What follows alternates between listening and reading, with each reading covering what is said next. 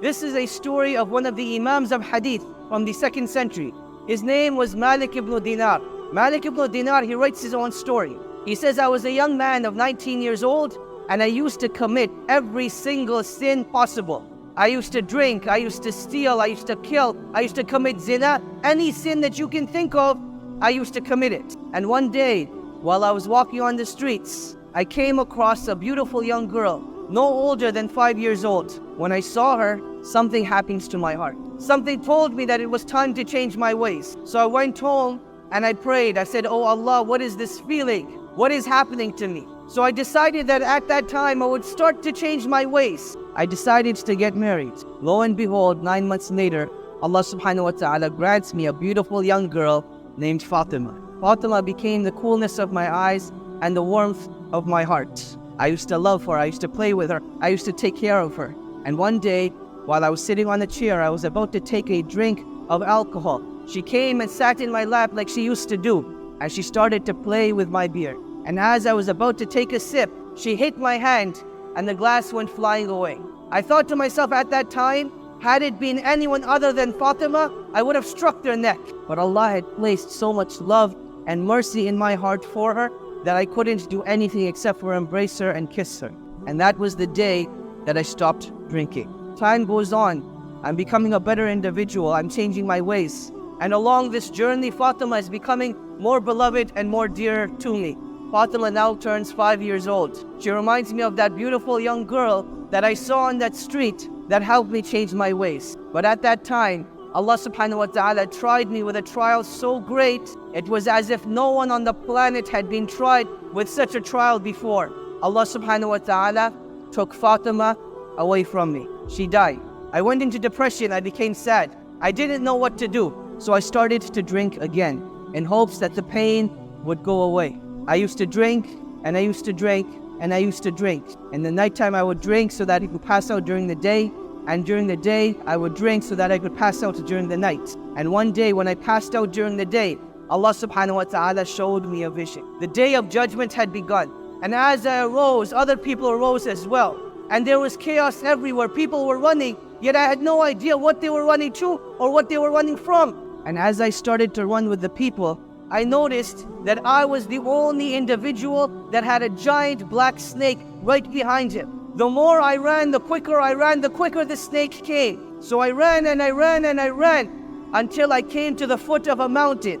And I saw this old man with a beautiful white beard and beautiful white hair and beautiful white clothes. But he was very old. So I asked him, old man, for the sake of Allah, please help me against this snake. The old man replied, I am too weak and I am too feeble. Perhaps if you go on top of the mountain, you'll find someone to help you. So I went to the top of the mountain, I ran, and the snake is just behind me. And as I get to the top of the mountain, I look over the valleys and I see the hellfire. People being burned, people being punished, people being persecuted. And I knew it wasn't what I wanted. I didn't want to be there. So I ran back down to the mountain and I see the old man again and I scream at him again, old man, for the sake of Allah, please help me. And the old man again replies, I am too weak, I am too feeble. Why don't you run towards the hills? Perhaps you will find someone to help you. So I started running again. I run towards this greenery that I know it doesn't belong there. And as I'm getting closer, I'm starting to hear the playing of children, but I can't make out what they're saying. And as I get closer, I start to make out the words. The children are saying, oh Fatima, go and help your father. Oh Fatima, go and help your father.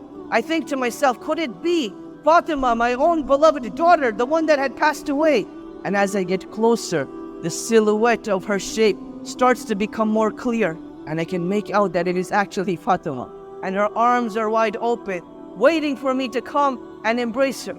And I get closer, and Fatima takes me in. With her right hand, she embraces me, and with the left hand, she pushes the snake away. At that time, I couldn't make sense of what was going on. Where had I come? What was happening? So I asked her, oh Fatima, what is happening? What is this place? She said, oh my father, come and sit. And we sat down under a tree. And she came and sat in my lap. And she started to play with my beard, just like she used to do in the dunya. So I asked her, oh Fatima, please explain to me what is happening. She says, oh my father, this is the day of judgment. That black snake that you saw, those were your evil deeds. They had become so many they had become so strong that if it hadn't been for me, they would have destroyed you today. That old man that you saw in the white clothing with the white beard, with the light on his face, those were your good deeds. They had become so few and so little that they would be no avail to you today. Oh my father, has it not come time for you to change your ways? She recited a verse from the Quran. She said, Alam ya'ni lilladhina amanu an takhsha'a qulubuhum bi dhikrillah. That has the time not come for the hearts of the believers to be moved by the remembrance of Allah subhanahu wa ta'ala.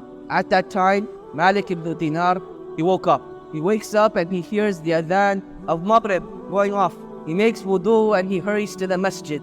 And as the salah begins, he hears the imam reciting again. أَلَمْ يَأْنِ لِلَّذِينَ آمَنُوا أَن تَخْشَعَ قُلُوبُهُمْ لِذِكْرِ اللَّهِ وَمَا نَزَلَ مِنَ الْحَقِّ وَلَا يَكُونُوا كَالَّذِينَ أُوتُوا الْكِتَابَ مِنْ قَبْلُ فطال عليهم الأمد فقست قلوبهم وكثير منهم فاسقون.